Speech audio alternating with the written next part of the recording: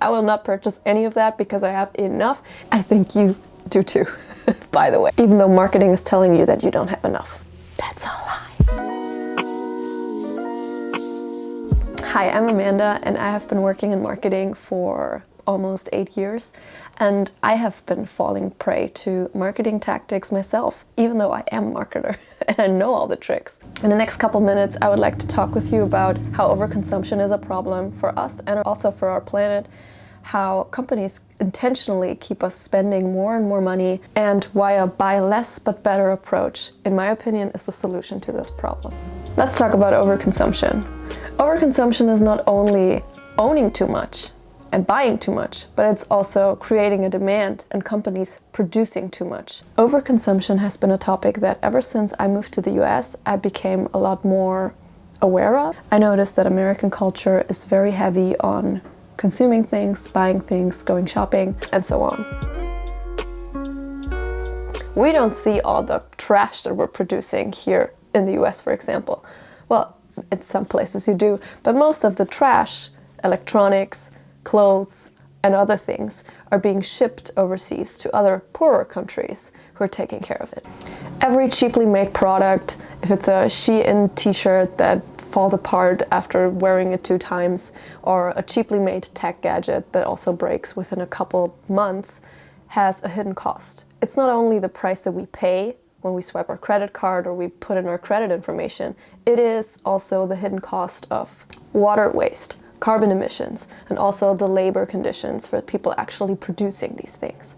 Just a quick number, the fashion industry is responsible for 10% of carbon emissions worldwide. And e-waste is one of the fastest growing waste streams in the entire world right now. We as consumers are being encouraged to buy the latest and greatest iPhone, seasonal decor. Right now it's around Valentine's Day, and we're being encouraged to buy all these cute little stuffed animals and cheaply made plastic, whatever is out there. I don't even know.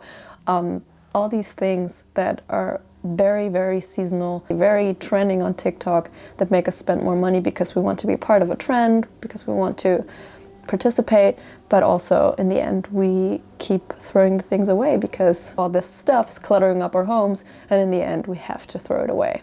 But the thing is, throwing it away, it's not away.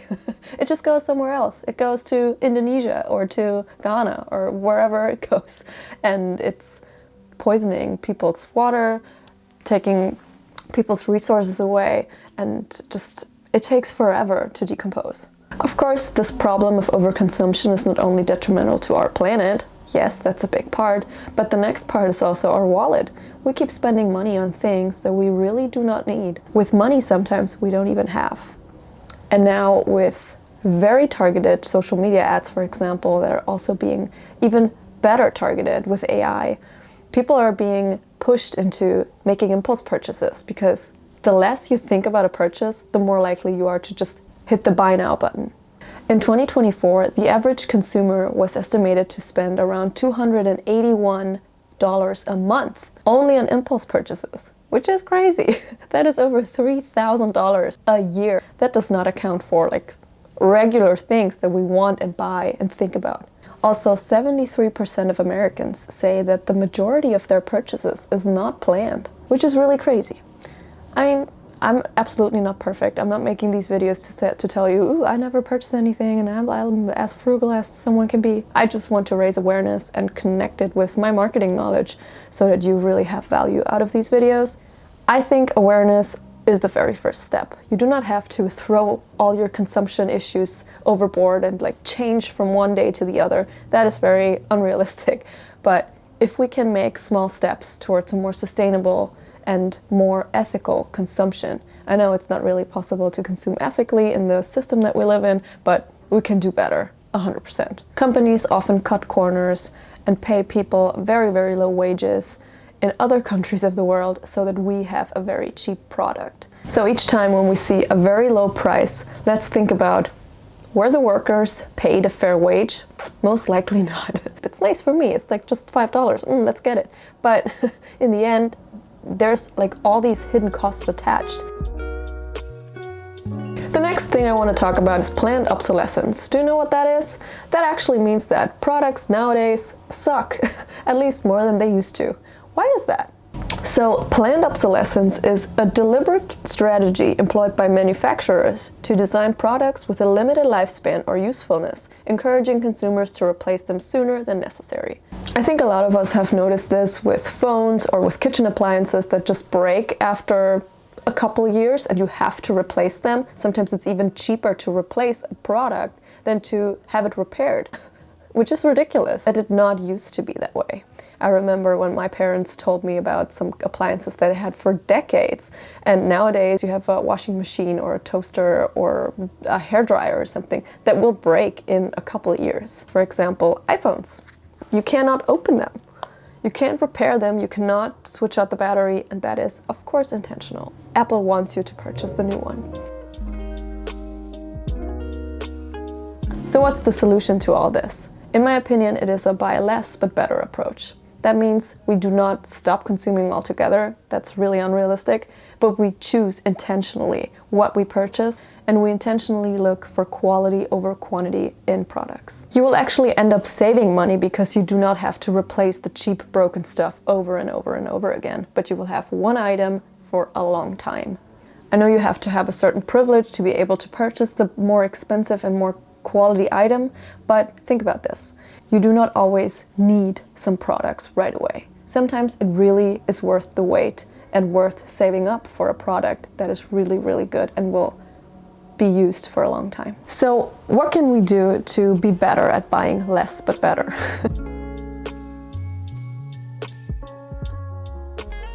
Number one, do your research. You can always research the labels, the ingredients, whatever it is that you're looking to get. For example, when you buy clothes, I taught myself the habit of always looking at the tag and always looking at the materials. I used to never do that, but it's such a game changer when you can see this is 100% cotton, this is 100% silk. For things that are genuinely like a really good material, I am willing to pay more, and I see it as an investment because I know it will not break as easily. Also, do your research on the company that you're purchasing from.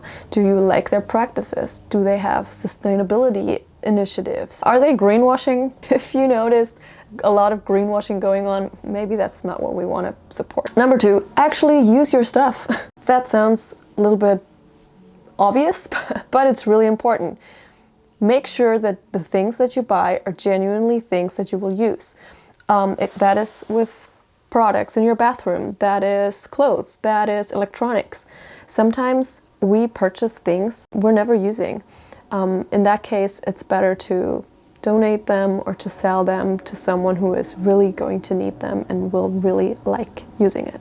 Supporting local and sustainable brands. Oftentimes, local artists or local brands focus more on quality over quantity because they are not in the stock market, they don't have to create value for their shareholders. They first and foremost want to create value for their customers. And that's really important, and I think that's why we should support them. Also, I don't want to give my money to heartless corporations all the time. I know sometimes you cannot help it and you have to purchase from them, but whenever it's possible, we can make the choice to go for the local first. Repair and maintenance.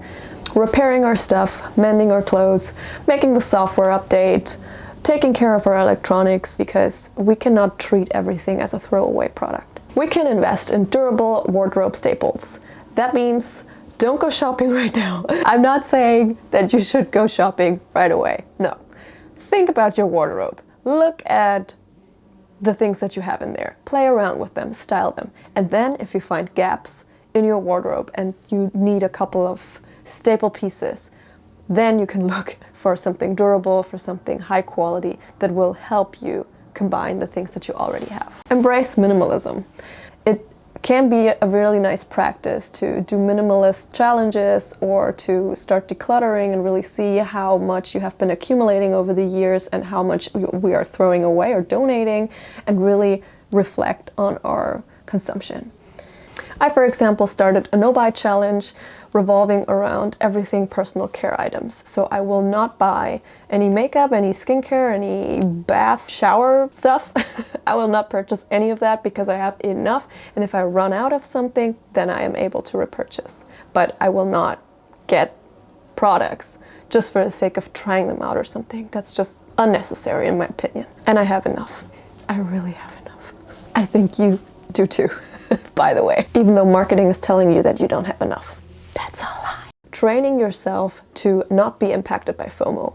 Now FOMO, I know, it's all around, and all the ads nowadays and all the content and everything are triggering you, are hooking you with the FOMO right away, right? It's like, you need to get this. It's so important. It's like the last sale. It's viral on TikTok, whatever. It's fine. I mean, they do that, but we can also train ourselves to not be impacted by it. For example, when I see a social media ad now that is really targeted to me and really speaks to my soul, then I will appreciate it for what it is. Because I'm a marketer myself and I do these campaigns myself. I know exactly what they're doing. And I'm like, okay, I see what you're doing there. Good job. But I will not give in. Just put yourself in the shoes of the marketer. When you look at something, you can always be like, oh, nice job, good job, yeah, I'm the target group, yeah, but I do not need this product right now. Thank you. Together we can reduce waste, make a better world for us, for the next generations, and we can also fight back on things like planned obsolescence and brands pushing products just for the sake of pushing products. That's really not what marketing should be about, and that's why I love marketing, but I sometimes hate it. In German we say Hassliebe. I don't know if that's a thing. It's called it's like hate love. Alright, if you found this video helpful, please consider subscribing to this channel. This is my very first YouTube video that I'm putting out and I'm excited and I'm also feeling a little cringe. I just hope you have an amazing day and thanks for subscribing or liking or whatever, and you don't have to of course, but I would appreciate it. Thanks, bye!